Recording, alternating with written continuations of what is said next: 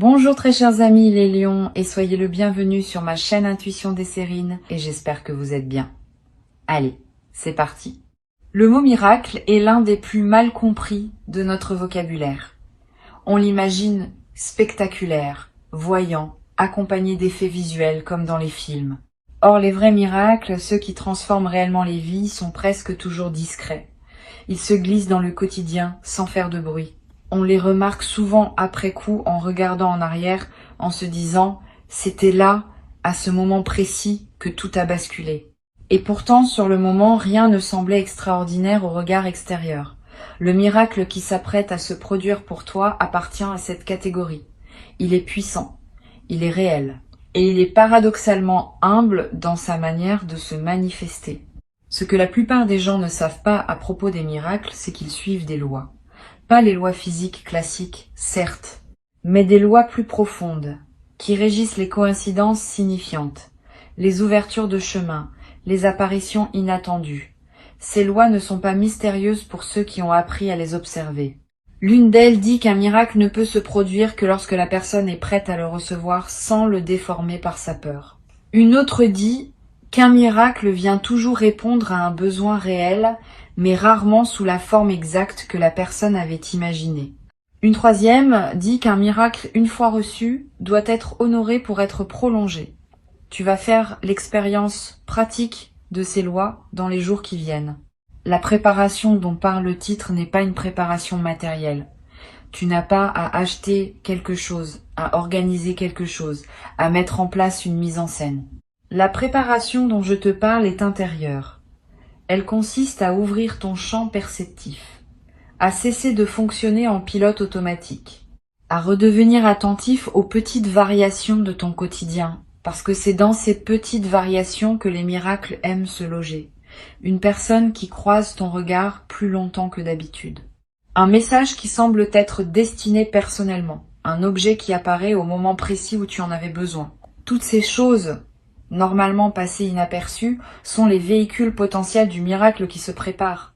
Imagine pour un instant que tu aies vécu, sans le savoir, dans une pièce dont les fenêtres étaient légèrement embuées. Tu voyais à travers mais avec un voile. Tu pensais que c'était la vue normale. Tu savais pas qu'on pouvait voir plus net. Et puis un jour, sans que tu fasses rien de particulier, la buée commence à se dissiper. Pas brutalement, progressivement. Et tu commences à distinguer des détails que tu n'avais jamais perçus. Des couleurs plus vives, des reliefs plus précis, des présences que tu n'avais pas remarquées. Le miracle qui s'approche de toi ressemble à cette dissipation de la buée. Il révèle ce qui était déjà là, mais que tu ne pouvais pas voir tant que ta perception n'était pas devenue plus fine. Sur Intuition des Sirènes, je veux te parler du sujet précis sur lequel ce miracle va porter. Parce que les miracles ne se produisent jamais au hasard. Ils visent toujours un point spécifique de ta vie. Un point où tu avais cessé d'espérer, un point que tu avais classé comme définitivement bloqué, un point sur lequel tu n'osais même plus demander quoi que ce soit, parce que la déception passée t'avait appris à ne plus formuler de désir précis. C'est exactement sur ce point que le miracle va opérer. La vie a une intelligence particulière.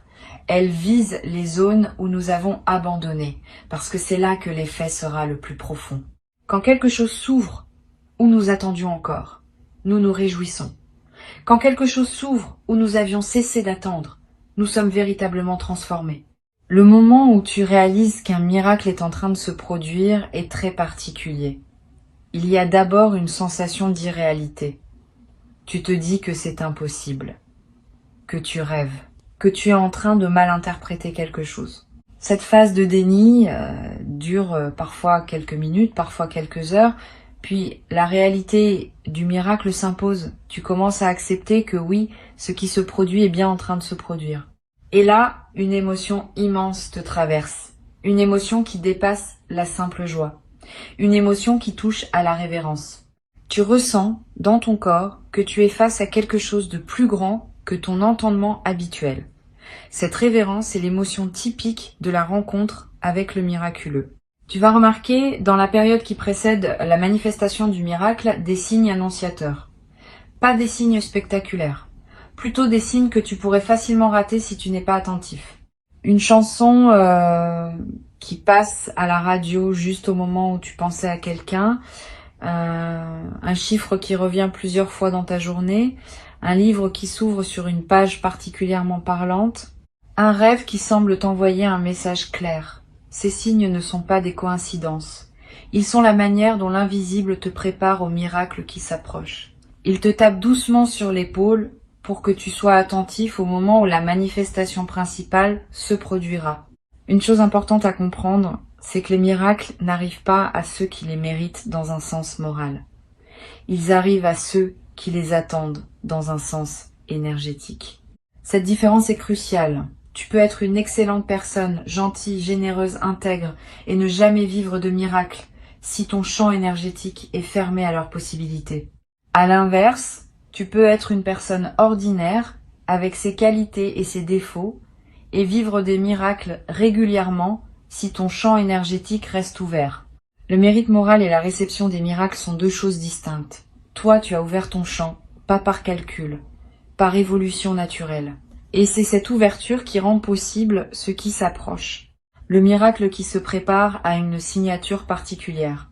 Il va se présenter avec un caractère évident d'impossibilité. C'est à dire que la situation à laquelle il va répondre était considérée par toi, et probablement par ton entourage, comme une situation sans issue. Le caractère miraculeux vient justement de ce contraste entre l'impossibilité apparente et la résolution effective. Si la situation avait paru résolvable par les voies normales, on parlerait de chance ou de hasard. Quand la situation paraît bloquée et qu'elle se débloque par un canal inattendu, on parle de miracle. Cette signature d'impossibilité résolue est ce qui te confirmera, sans aucun doute, que tu es bien face à ce que tu avais espéré sans plus oser le formuler. Ici, sur Intuition des Sirènes, je tiens à préciser quelque chose qui est rarement dit. Les miracles aiment l'humilité, pas l'humilité fausse qui consiste à se rabaisser. L'humilité authentique qui consiste à reconnaître qu'on n'est pas seul aux commandes de sa vie. Les personnes qui croient tout contrôler par leur seule volonté ferment souvent la porte aux miracles, parce que les miracles, par définition, viennent d'ailleurs que de notre volonté personnelle. En reconnaissant que tu n'es pas le seul artisan de ton existence, tu ouvres l'espace pour que d'autres forces puissent collaborer à ton parcours. Cette posture d'humilité ouverte est l'une des conditions favorables à la manifestation du miraculeux. Tu as cette humilité. Sinon, tu n'écouterais pas ces mots. Tu serais dans une posture de toute puissance qui n'a pas besoin d'écouter une voix qui parle de l'invisible. Le simple fait que tu sois ici, attentif à l'écoute, est la preuve que ton champ est ouvert. Tu ne penses pas tout savoir. Tu ne penses pas tout maîtriser. Tu acceptes qu'il puisse y avoir des dimensions à ta vie qui dépassent ta compréhension immédiate. Cette acceptation est un acte sacré. Et c'est cet acte sacré qui te place dans la disposition juste pour recevoir ce qui s'apprête à se manifester. Je vais te parler des 3 jours qui suivent généralement un miracle. Cette période est particulière. Elle s'appelle la période d'intégration. Pendant ces 3 jours, le système intérieur a besoin de temps pour assimiler ce qui s'est produit. Tu peux te sentir un peu désorienté. Tu peux pleurer pour aucune raison apparente. Tu peux avoir des pensées étranges, presque mystiques, qui te traversent. Tout cela est normal. Ne t'inquiète pas si ces phénomènes se présentent. Ils sont le signe que ton intérieur fait sérieusement le travail d'intégration. Donne-toi de la douceur. Bois beaucoup d'eau. Marche. Dors bien. Évite les engagements lourds si tu peux. Cette période de 3 jours est un temps sacré qui mérite d'être respecté. Pendant cette période, tu vas avoir des intuitions très claires sur la suite de ta vie. Des choses te viendront avec une certitude étonnante. Note-les. Elles ne sont pas des fantaisies. Elles sont des aperçus de ce qui se déploie maintenant que le miracle a ouvert un nouveau chemin. Beaucoup de personnes ratent cette opportunité parce qu'elles laissent passer ces intuitions sans les retenir. Toi, tu peux les capter. Un carnet à portée de main, des notes vocales sur ton téléphone, peu importe la méthode.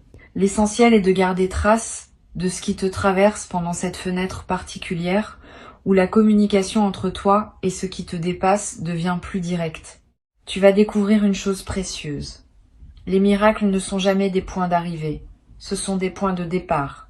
Ils ouvrent une nouvelle phase, plutôt que de résoudre définitivement quelque chose. Cette compréhension change beaucoup la manière dont on accueille un miracle. Si tu le vois comme une fin, tu risques d'être déçu quand la vie continue avec ses propres défis. Si tu le vois comme un début, tu profites pleinement de la nouvelle énergie qu'il libère pour avancer dans une direction nouvelle. Le miracle qui s'approche est un commencement. Il marque l'ouverture d'un chapitre où ce qui était bloqué devient circulant, où ce qui était impossible devient simplement complexe, où ce qui semblait fermé révèle des passages. Cette nouvelle phase qui s'ouvre va te demander des choses différentes de ce que la phase précédente te demandait. Tu vas avoir à apprendre des compétences que tu n'avais pas, à développer des qualités qui n'étaient pas mobilisées, à adopter des postures que tu ne connaissais pas. C'est l'une des dynamiques typiques après un miracle. La situation change si fortement que tu dois t'adapter. Et cette adaptation est elle-même une croissance. Considère cela comme une bonne nouvelle. Tu n'es pas seulement bénéficiaire d'un événement positif. Tu deviens, à travers la traversée de cet événement, une version plus large de toi-même. Sur la chaîne, j'ai souvent constaté que les personnes qui vivent un miracle subissent ensuite une certaine pression sociale. L'entourage peut avoir du mal à accepter cette transformation soudaine. Certains vont minimiser en disant que tu as eu de la chance, d'autres vont chercher des explications rationnelles à tout prix, d'autres vont devenir distants parce que ce qui t'arrive remet en question leur propre vision du monde. Sois préparé à ces réactions. Elles ne disent rien de toi. Elles disent quelque chose de la difficulté qu'ont certaines personnes à accepter que le miraculeux puisse exister. Continue ton chemin sans te justifier. Tu n'as pas à convaincre quiconque de la réalité de ton expérience. Tu sais ce que tu as vécu. Cela suffit. À l'inverse, certaines personnes seront profondément touchées par ce qui t'arrive et viendront vers toi pour comprendre. Sois généreux avec elles. Ton expérience peut leur ouvrir une porte qu'elles n'osaient plus pousser. Tu n'es pas obligé de tout raconter en détail. Mais tu peux confirmer que oui, des choses inespérées peuvent encore arriver dans une vie humaine. Cette confirmation, venant de quelqu'un qu'elles connaissent, leur fera plus d'effet que tous les enseignements théoriques. Tu deviendras, sans le chercher, un témoin du possible. Et ce rôle de témoin est l'une des manières les plus discrètes, mais les plus puissantes de servir ce qui te dépasse. Tu te demandes peu, quelle forme exacte va prendre le miracle qui s'approche. Je ne vais pas te donner une description précise, parce que cela limiterait ta capacité à le reconnaître. Le miracle peut prendre de nombreuses formes. Une rencontre qui débloque une situation, une opportunité professionnelle qui surgit alors que tu cherchais ailleurs, une réconciliation que tu pensais impossible, une guérison qui surprend tout le monde, à commencer par toi, une décision prise par une personne dont la décision était cruciale pour ton chemin, une découverte personnelle qui change ta perception. Reste ouvert à toutes ces possibilités. Le miracle saura se présenter sous la forme qui aura le plus de sens pour ton parcours actuel. Une chose importante, les miracles sont presque toujours précédés d'une intensification des défis. Si tu as senti récemment que les choses devenaient plus difficiles dans la zone précise où tu attends une amélioration, ne désespère pas. Cette intensification fait partie du processus. C'est comme la marée qui se retire avant de revenir avec force. Le retrait n'est pas un abandon, c'est l'élan préparatoire. Si tu reconnais cette intensification dans ta vie en ce moment, prends-la comme un signe positif. Le miracle qui s'approche est en train de prendre son élan. Ce qui semble se durcir maintenant va céder bientôt parce que la pression accumulée va trouver son ouverture. Pendant que tu attends la manifestation principale, prends soin de la qualité de ta présence quotidienne. Les miracles aiment se manifester dans les vies pleinement habitées. Si tu passes tes journées en mode dispersion, en pilote automatique, en pensant constamment à autre chose qu'à ce que tu vis, le miracle peut te toucher sans que tu le remarques. Au contraire, si tu es présent à chaque tâche, à chaque conversation, à chaque sensation, tu seras parfaitement prêt à percevoir le moment où l'extraordinaire émerge dans l'ordinaire.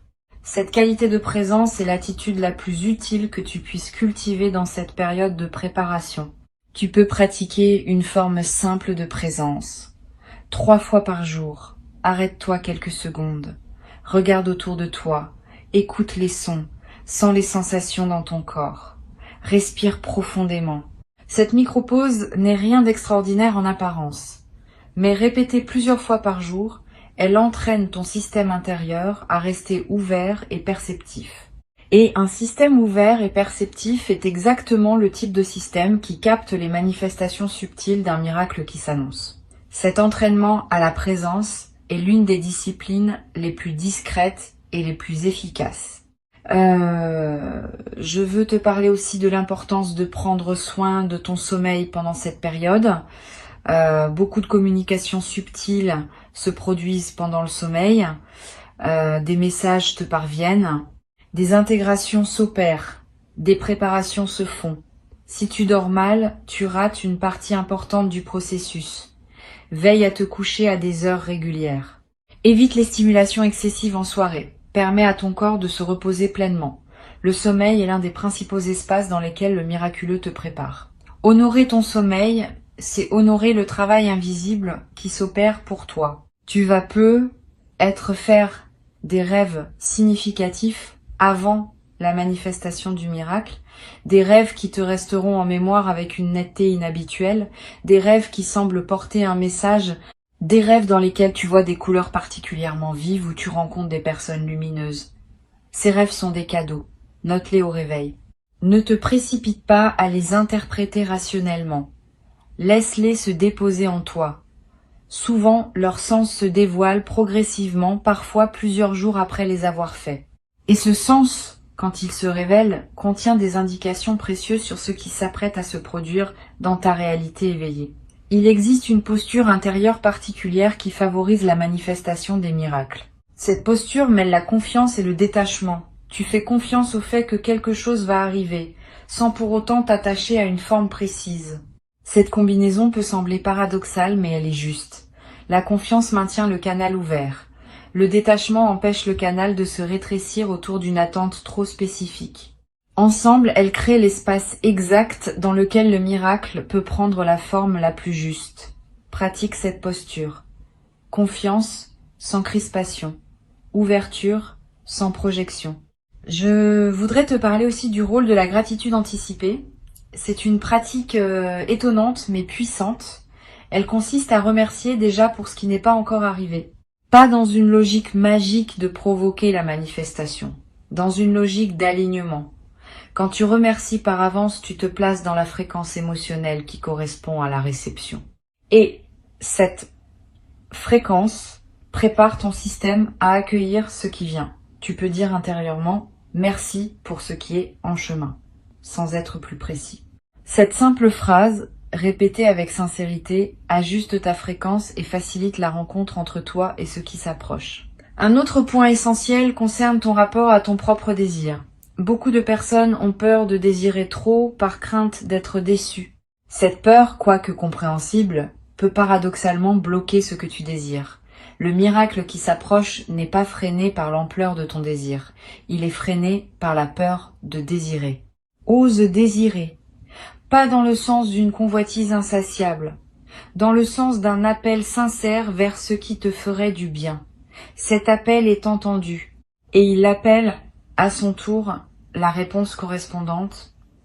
Tu n'as pas à diminuer ton désir pour mériter ce qui vient. Tu as à l'assumer pleinement. Sur Intuition des sirènes, j'aime rappeler une chose fondamentale. Les miracles ne sont pas distribués avec parcimonie, comme si la quantité disponible était limitée. L'univers ne fonctionne pas selon une logique de pénurie. Il y a suffisamment de miraculeux pour tous ceux qui sont prêts à le recevoir. Le fait qu'un miracle arrive à quelqu'un d'autre ne diminue en rien la possibilité qu'un miracle arrive aussi à toi. Au contraire, chaque miracle reçu et honoré dans le monde augmente la fréquence collective qui rend les miracles plus accessibles à tous. Tu fais partie de ce mouvement global d'ouverture au miraculeux. Et ton propre miracle contribuera, à son tour, à élever la possibilité pour d'autres. Tu vas, après avoir vécu ce qui s'apprête à se produire, devenir une personne légèrement différente. Pas dans tes valeurs essentielles. Celles-là restent. mais dans ta confiance en la vie. Tu sauras, dans tes os, que les choses inespérées peuvent arriver, et cette connaissance corporelle vaut 1000 livres lus sur le sujet. Elle te rendra plus tranquille face aux défis futurs, parce que tu auras la preuve vécue que les situations peuvent se débloquer même quand tout semble dire le contraire. Cette tranquillité confiante est l'un des effets les plus durables d'un miracle reçu et intégré. Tu deviendras être, à ton tour, un facilitateur de miracles pour d'autres, sans avoir à le décider explicitement. Simplement parce que ta nouvelle fréquence rayonne autour de toi et qu'elle inspire les autres à oser à leur tour. Tu donneras des exemples de ta propre vie qui ouvriront des portes dans la conscience de ceux qui t'écoutent. Tu seras présent au moment où une personne traverse un découragement, et ta simple présence, sans grand discours, lui rappellera que l'inattendu reste possible. Ce rôle de facilitateur s'installera naturellement, comme une conséquence de ce que tu auras vécu, et il enrichira ta vie d'une dimension de service à laquelle tu n'avais pas pensé. Maintenant, je veux que tu retiennes une chose simple pour conclure cette préparation. Le miracle qui s'approche n'est pas un événement isolé, il est une porte.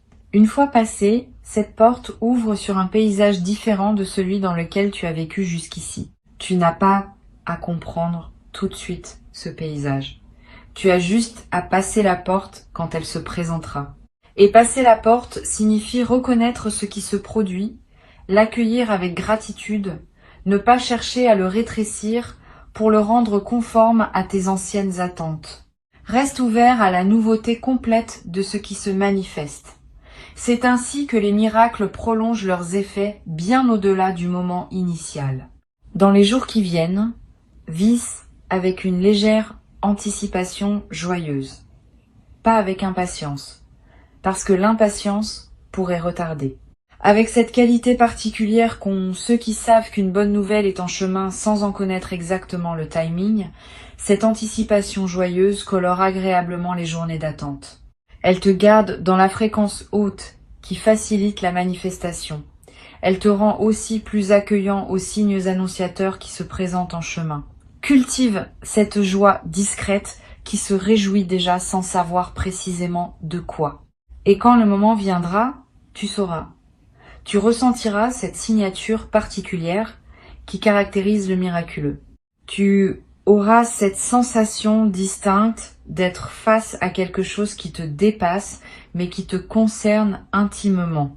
Avant que je ne te quitte, je veux te transmettre encore plusieurs perspectives qui vont enrichir ta préparation à ce qui s'approche. La première concerne la différence entre les miracles attendus et les miracles inattendus. Les miracles attendus se présentent dans la zone où tu espérais quelque chose. Les miracles inattendus se présentent dans une zone où tu n'avais pas formulé d'attente particulière. Les deux sont possibles, et le miracle qui s'approche de toi peut bien combiner les deux dimensions. Il peut résoudre quelque chose que tu attendais, mais en passant par un chemin auquel tu n'avais pas pensé. Cette double dimension surprend toujours, parce que la résolution est familière, mais le chemin emprunté pour y arriver est étranger. Sois préparé à cette double surprise, elle est la signature des miracles complets. Une deuxième perspective importante concerne la manière dont tu vas raconter cette expérience à toi-même dans les semaines qui suivent. Le récit que tu en feras va déterminer en partie l'impact durable du miracle. Si tu te le racontes comme une chance ponctuelle qui ne se reproduira plus, tu fermes la porte à la suite. Si tu te le racontes comme la confirmation que la vie peut surprendre dans le bon sens, tu maintiens l'ouverture. La narration que tu choisis n'est pas anodine. Elle programme ton inconscient à anticiper soit le retour à la grisaille, soit l'élargissement de la fréquence positive. Choisis la narration qui sert ton avenir. Tu en as le pouvoir entier. Tu vas être ressentir dans la période qui suit le miracle une forme de responsabilité nouvelle. Quand on reçoit quelque chose qu'on n'aurait pas pu provoquer par soi-même, on se sent souvent appelé à honorer ce don d'une manière particulière. Cette responsabilité n'est pas une obligation morale extérieure, c'est un appel intérieur. Tu vas avoir envie de faire quelque chose de bien avec ce qui t'a été donné, de le partager, de le transmettre, de ne pas le garder pour toi seul. Cette envie est saine, et elle correspond à une loi profonde du miraculeux. Ce qu'on reçoit comme un cadeau gratuit appelle naturellement à être donné à son tour, sous une forme ou une autre, à ceux qui croisent notre chemin. Je veux te parler aussi du rôle des prières silencieuses dans la préparation des miracles. Tu as peut-être, à certains moments difficiles de ta vie, formulé des prières que tu as ensuite oubliées. Ces prières ne sont pas perdues, elles sont enregistrées dans ce que je pourrais appeler la mémoire universelle. Et elles continuent leur chemin invisible jusqu'à ce que les conditions soient réunies pour qu'une réponse puisse se manifester.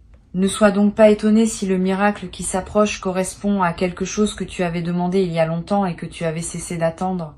Cette correspondance différée est l'un des phénomènes les plus émouvants des manifestations miraculeuses. Elle te rappelle que rien de ce que tu as sincèrement formulé n'est perdu et que la vie a une mémoire dont nous sous-estimons la fidélité. Tu vas peut-être faire une expérience particulière au moment où le miracle se manifestera pleinement. Une sensation de continuité avec quelque chose de plus grand, comme si, pendant quelques instants, tu cessais d'être seul dans ton corps et participais à un mouvement plus vaste. Cette expérience peut être très brève, parfois quelques secondes seulement, mais elle laisse une marque durable. Tu garderas le souvenir d'avoir touché quelque chose qui te dépassait sans pour autant te submerger. Cette mémoire deviendra une ressource précieuse. Dans les périodes plus ordinaires de ta vie, tu pourras te souvenir de ce moment et retrouver par cette simple mémoire une connexion à la dimension plus vaste que tu auras expérimentée directement. Une chose importante que je veux te transmettre concerne ta posture corporelle pendant la période d'attente. Le corps, sans qu'on le sache toujours, participe à la création des conditions favorables à la manifestation. Une posture fermée, recroquevillée, basse signale au système intérieur que tu es en mode protection. Une posture ouverte, droite, légère signale que tu es en mode réception. Sans devenir rigide ou artificiel, observe simplement ta posture habituelle. Quand tu y penses, ouvre légèrement la cage thoracique, détends les épaules, lève très légèrement le regard. Ces ajustements simples du corps influencent subtilement ta réceptivité énergétique. Et cette réceptivité est l'une des conditions qui facilitent la manifestation de ce qui s'approche. Tu vas aussi remarquer dans les jours qui précèdent des moments où tu te sentiras particulièrement vivant, plus présent à ce que tu fais, plus connecté aux personnes que tu rencontres, plus émerveillé par des détails ordinaires. Ces moments d'intensité accrue sont des avant-goûts, ils te montrent ce que va être ta nouvelle base après le miracle. Le miraculeux n'est pas seulement un événement ponctuel, c'est aussi une élévation durable du niveau auquel tu vis ta vie quotidienne. Ce que tu goûtes par moment en ce moment va devenir ta normalité après la manifestation principale. Cette continuité entre les avant-goûts et l'état permanent qui suivra est l'un des aspects les plus encourageants du processus. Je veux te parler d'une qualité que tu vas développer à travers cette traversée. Une qualité qu'on appelle parfois la foi mature. Différente de la foi naïve qui croit sans avoir vu. Différente aussi du scepticisme qui refuse de croire sans preuve. La foi mature, c'est celle qui croit après avoir vu et qui maintient cette croyance même dans les moments où la preuve directe n'est plus disponible. Tu vas accéder à cette foi mature à travers ce que tu t'apprêtes à vivre, et cette foi te servira longtemps après que l'événement initial soit devenu un souvenir. Elle deviendra une ressource intérieure permanente, un socle sur lequel tu pourras t'appuyer dans toutes les situations futures. Tu vas découvrir aussi qu'après un miracle, ton rapport au temps se modifie subtilement. Les expériences avant et après ne se mesurent plus de la même façon. Ce qu'on appelait la durée ordinaire ne fonctionne plus tout à fait pareil. Tu auras des journées qui te paraîtront longues parce que pleines et des semaines qui passeront comme des journées parce que vécues dans un état d'absorption joyeuse. Cette élasticité du temps est l'une des caractéristiques de ceux qui ont été touchés par le miraculeux. Le temps cesse d'être un sablier qui se vide et devient un espace où l'expérience prend toute sa densité. Une dernière chose à te transmettre concerne la simplicité fondamentale du processus. Tu n'as pas besoin de techniques complexes pour favoriser la manifestation de ce qui s'approche. Tu as juste besoin d'être disponible. Disponible dans ton attention, disponible dans ton émotion, disponible dans ton corps. Cette disponibilité simple est plus efficace que n'importe quelle pratique élaborée. Les miracles aiment la simplicité. Ils se méfient des dispositifs trop construits. Reste donc dans la simplicité de ta présence quotidienne et fais confiance au fait que cette simplicité est exactement ce qui crée les conditions optimales de la rencontre avec le miraculeux. Tu peux aussi, si cela te parle, choisir de poser un acte symbolique chaque jour pour marquer ton ouverture. Allumer une bougie, déposer une fleur près d'une fenêtre, écrire une phrase d'intention sur un petit papier.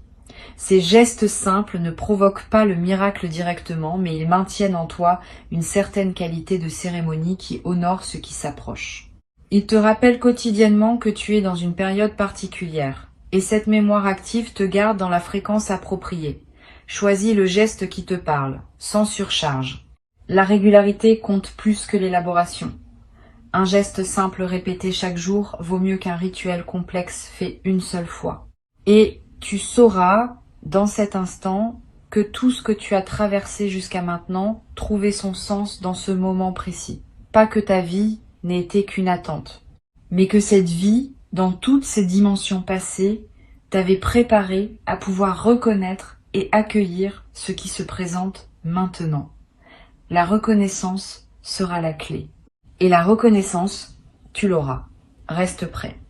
Le miracle t'attend, et il a déjà commencé son approche silencieuse, lente et précise vers toi.